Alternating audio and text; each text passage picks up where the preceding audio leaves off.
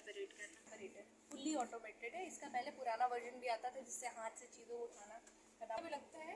RV का मतलब होता है रूट, क्या होता है राउंड बॉटम फ्लास्क, ठीक है। वो अलग अलग साइज के आते हैं, साइज देखो नोटबुक पे लिखना है।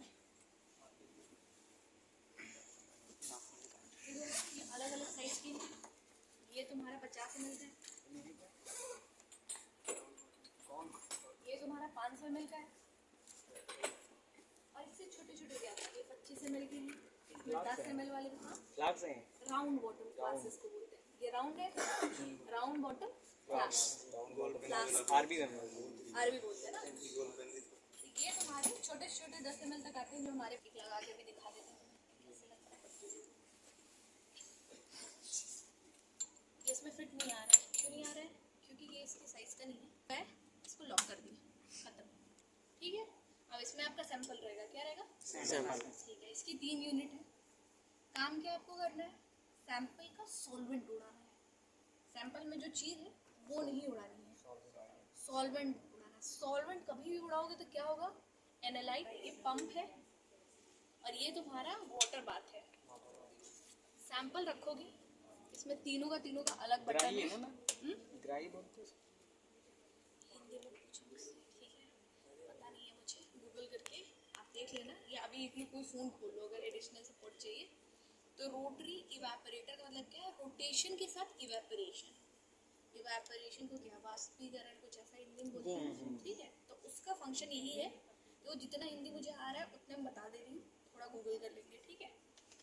तो इसमें आपने सैंपल रखा, ये अभी जब इसको चलाऊंगी इसका स्विच, ये बटन करने से नीचे चला जाएगा। ये इसकी स्क्रीन है, इससे हैंडल करते हो। अभी आपके लिए ज़्यादा डिटेल हो जाएगा, बहुत सारे फंक्शंस इसमें। तो सैंपल इसमें करना है, ये बटन है, इससे ये नीचे चला जाएगा। ये जो टब है यहाँ तक पानी से भरा रहता है। इसका टेम्परेचर यहाँ पे 5 डिग्री आ जाता है। इससे पहले सबसे पहले इंस्ट्रूमेंट में चिलर ऑन करते हैं। 40 मिनट बाद इसमें 5 डिग्री टेम्परेचर आएगा। उसके बाद सैंपल लगा के आप चालू करते हैं। चिलर से पंप लगा हुआ है। जैसे ही आप इसमें स्टार्ट का बटन करेंगे, पंप सक्शन क्रिएट करेगा, क्या वैक्यूम बनाएगा, ठीक है। तो आप जब भी सैंपल लगाते हो, पहली चीज़ सैंपल यहाँ तक नहीं भरते हैं, हमेशा सैंपल यहाँ भरते हैं। आप सोचो किसी चीज़ को रोटेट कर रहे हो, कोई चीज़ खींची जा रही है, ऐसे चल रहा है और ऐसे उसको खींचा जा रहा है। सैंपल कितने तरह के सॉल्वेंट आप उड़ा सकते हो, उसका कितना मिलीबार प्रेशर रखना है, इतने मिलीबार प्रेशर पे जब इसको सेट कर दोगे तो वो कितनी बार चल जाएगा। तो बड़े वॉल्यूम में सैंपल इंस्ट्रूमेंट के लिए, LCMS के लिए, GCMS के लिए बनाना जरूरी भी नहीं है, बहुत कम वॉल्यूम में लेते हैं। लेकिन इंस्ट्रूमेंट में भी कुछ चीज़ें होती हैं कि जैसे GC है वो नॉन पोलर कंपाउंड के लिए। तो एक चीज़ आप जान लो, कोई भी चीज़ आप देखना चाहते हो तो किसी चीज़ में धुली रहेगी तभी तो डिटेक्ट करेगी ना। पोलैरिटी, उसकी सॉल्युबिलिटी होनी चाहिए। तो हमेशा सॉल्वेंट फ्रेंडली इंस्ट्रूमेंट, वाटर तो इनऑर्गेनिक है लेकिन मिल जाता है ना। तो डिफरेंस क्या है? पोलैरिटी क्या है कि वो भी नॉन पोलर है वाटर के कंपैरिजन में, लेकिन तुम्हारे ऑयल से कम नॉन पोलर है, मतलब कंपैरेटिवली। तो पोलैरिटी रिलेटिव टर्म है, मतलब संबंधित शब्द है कि ऐसा नहीं बोल सकते कि तुम नॉन पोलर हो। तुम नॉन पोलर हो इसके रिस्पेक्ट में, ये तुमसे ज़्यादा पोलर है, हो सकता है ये किसी और से कम पोलर हो। तो GC में हमेशा नॉन पोलर नेचर की चीज़ें चलती हैं, तो उसका सॉल्वेंट भी ऐसा होता है। सोचो तुमको पानी में से कोई नॉन पोलर चीज़ निकालनी है, ठीक है, तो मिलता है पीछे सिलेंडर लगे हुए हैं, ठीक है। इसके एक नाइट्रोजन आता है छोटे छोटे ट्यूब में। पानी जैसे उड़ने में ना बहुत टाइम लेता है, क्यों? क्योंकि पानी 100 डिग्री में उबलता है ना। अब इसमें 100 डिग्री तो हम सेट नहीं कर रहे हैं, 40-50 डिग्री वाटर का टेम्परेचर दे रहे हैं। सब सैंपल में रखा है, इसमें कोई फ्यूम वाला नहीं करोगे, नहीं तो इसका लिड वगैरह जो है खराब हो जाता है। एक को सैंपल खोल दो, और ये वैक्यूम कॉन्सेंट्रेशन, वैक्यूम से चलता है। इसमें ना तो नाइट्रोजन है, ना तो वाटर डाल रहे हो, ना कुछ डाल रहे हो। सैंपल का ढक्कन खोल के इन सारे स्लेट में लगा देना है। ये दिख रहा है छोटे छोटे छेद, इतने बड़े बड़े ट्यूब्स आते हैं, ये भी कम वॉल्यूम के लिए। लगा के छोड़ दो।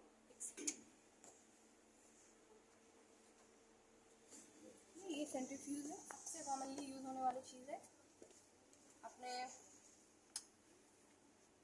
ये ओपन क्लोज करने का है, डायरेक्ट इसके बटन से आपने ये खुल जाता है लिड ऑटोमेटिकली खुलने पे। ये इसका लिड है, इसको उठाना होता है।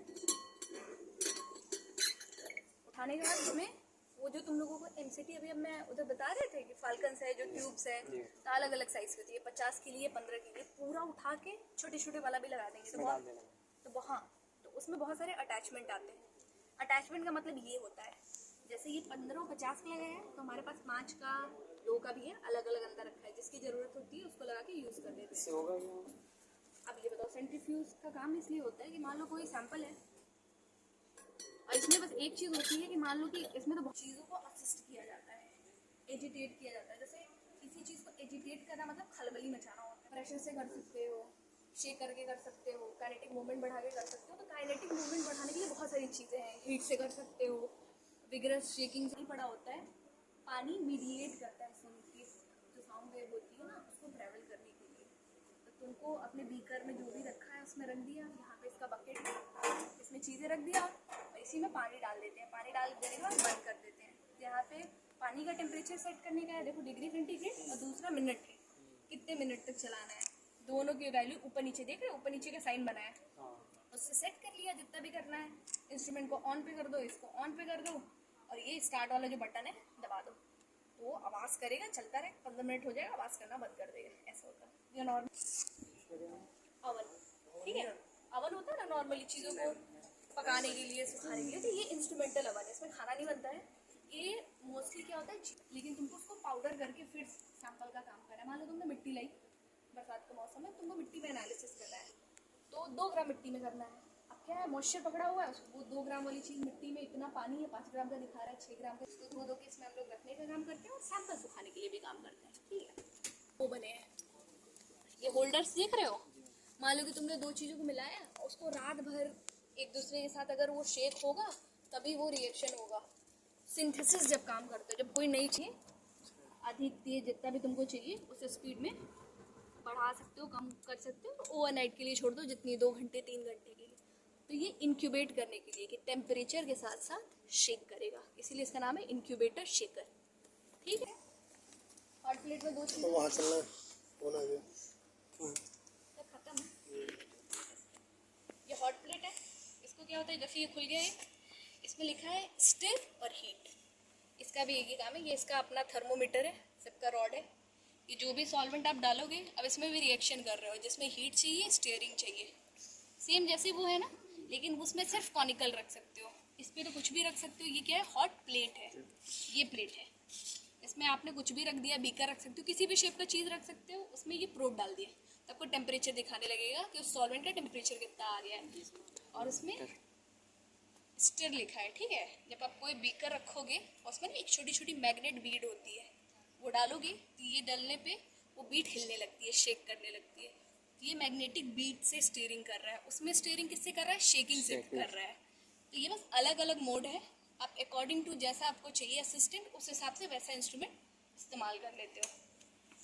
ये वाटर रिएक्शन देखोगे, 1 घंटे तक कोई चीज़ को वाटर बाथ पे रखना है, असिस्ट करना है। तो जैसे हॉट प्लेट काम कर रहा है, हॉट प्लेट में क्या एक एडिशनल फीचर है कि हीटिंग के साथ साथ आप स्टीयरिंग कर सकते हो। इसमें क्या है, ये उठाते जाओगे जिस साइज़ का तुम्हारा है, मान लो मेजरिंग सिलेंडर रख रहे हो तो इसमें भी आ जाएगा, एक उठाया तो कॉनिकल आ जाएगा, दूसरा उठाया तो 500 लीटर का बॉटल आ जाएगा, इसको उठाया तो 1 लीटर का आ जाएगा।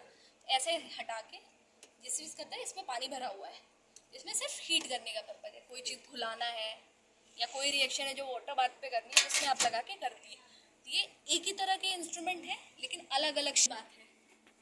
वाटर बाथ में वाटर है, ड्राई बाथ में वही काम करेगा, लेकिन उसमें पानी की ज़रूरत नहीं है। छोटे छोटे सैंपल के लिए जैसे ये एक लगा हुआ है, ये प्रोब है, जैसे इसमें थर्मोमीटर का इसमें भी है, आपने लगा दिया यहाँ पे 2 मोड है। ये देख रहे हो थर्मोमीटर बना हुआ है, यस। इस पर एक बटन दबाओगे तो इस पर चले जाएगा, 2 बार दबाओगे तो इस पर आ जाएगा।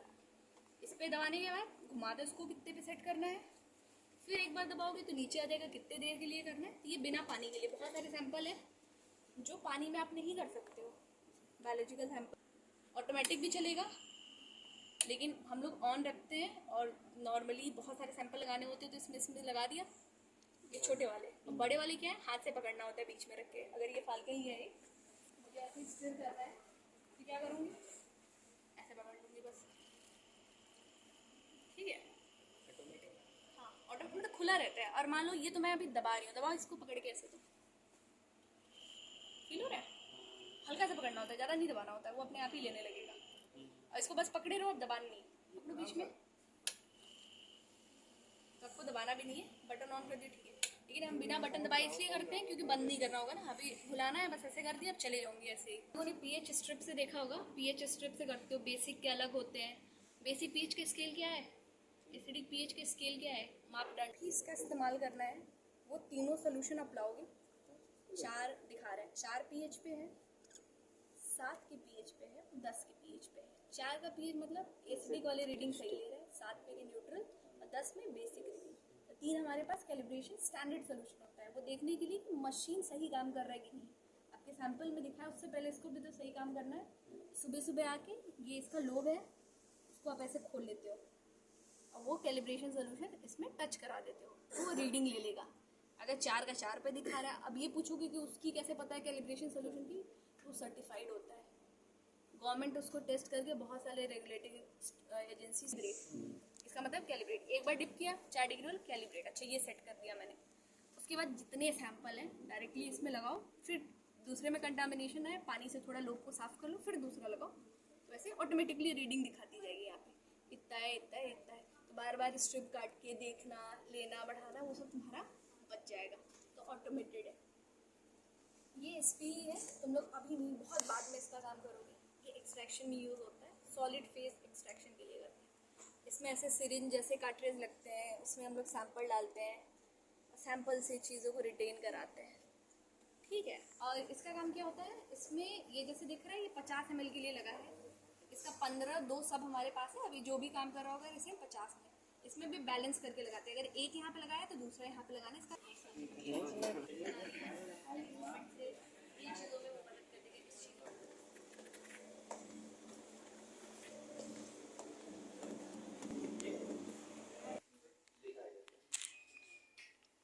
यहाँ पे समझना है। और मेनली इलेक्ट्रॉन बीम को as a source of light use करने का मतलब ये है कि इसका लिमिटेशन है, इसका जहाँ लिमिटेशन है कि 1000x मैक्सिमम जो एडवांस कंपाउंड माइक्रोस्कोप भी होंगे उसके 25000x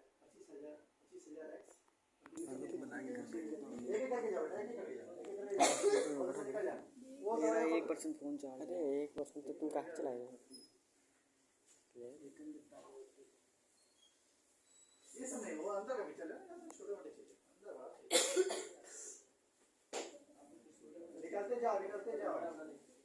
निकलते जाओ, घुसो नहीं, निकलते जाओ, देख के निकलते जाओ। हाँ, देख लो, निकलते जाओ।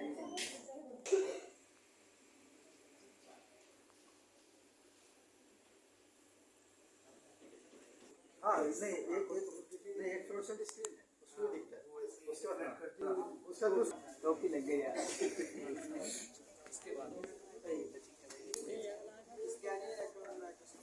यार मेरा फोन ही रिचार्ज हो गया।